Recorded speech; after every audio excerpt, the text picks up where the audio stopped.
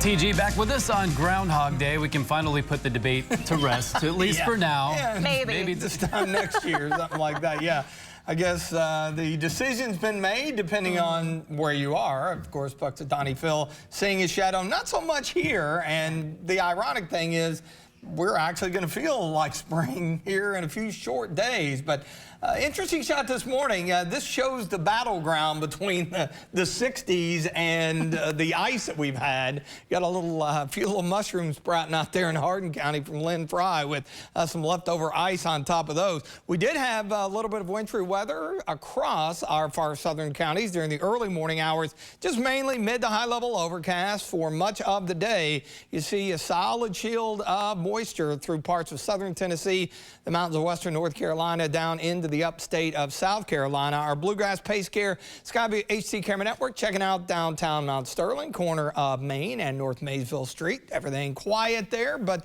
on the cloudy side, we're at 34. Winds are generally light. We expected the cloud cover to really hold our temperatures in check, and that's exactly how things played out. So it's been a chilly day, about 8 to 10 degrees below average for this time of the year. Now you notice back to the west, a little surge up toward the 50-degree mark.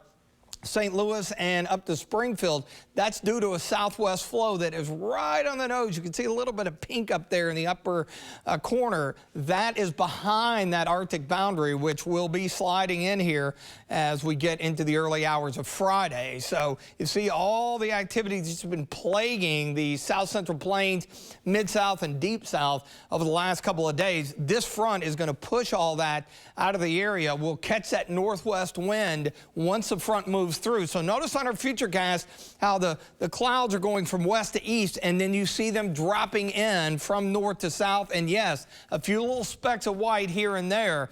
Data picking up on the northwest flow, pulling some moisture off of Lake Michigan and sending it right down into the heart of central and eastern Kentucky. So we could see a few pockets of flurries. I don't think it's going to be completely overcast.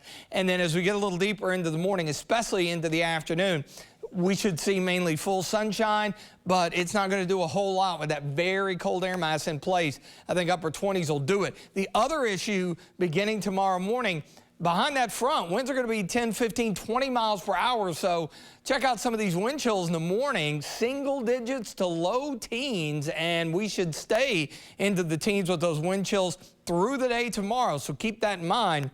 Plan accordingly. We'll see that high give way, and that brutal cold that's going to be brief over New England, that does give way. Parts of Maine and New Hampshire, they're looking at lows 25, 30 below with wind chills 55, even 60 below. It hasn't happened in like 20, 30 years up there.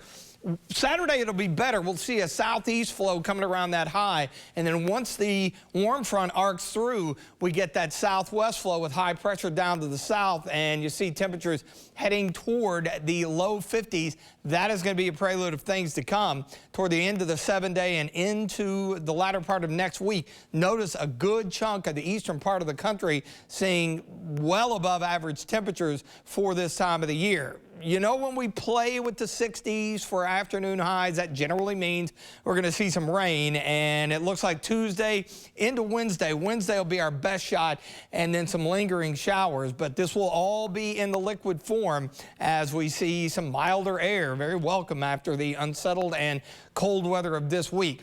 Again, a few morning flakes, 27, 18 to start on Saturday. That 45, depending on the wind, may be a little underdone.